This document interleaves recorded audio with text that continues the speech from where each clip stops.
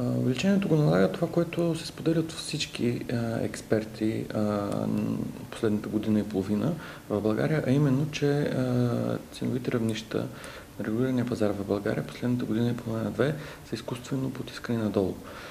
Може би до този момент беше възможно по някакъв начин да се оберат така наречените резерви по системата, но нашия анализ и това, което ние повтаряме последната година и половина, не само сега, е, че ако искаме да имаме наистина една мрежа, която да е в нормално състояние и да я модернизираме, да развиваме така, че да наваксаме изоставането си, примерно с страните от Западна и Централна Европа, EVN, конкретния случай в Югоизточна България, е необходимо да получи достатъчно средства, за да може да инвестира.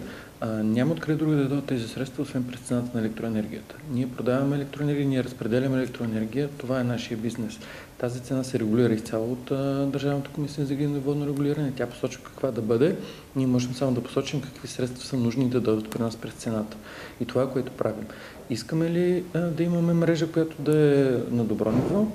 Или сме склонни да приемем, че след 2, 3, 4, 5 години ще приемем една по-голяма аварийност, по-голяма бройка на авариите. Това, което ние казваме днес. И за да избегнем от този сценарий, след 3, 4, 5 години, да имаме голяма аварийност, тогава ударно, успешно да харчим повече пари, е необходимо да се поступи разумно и да се отделят тези средства в цената.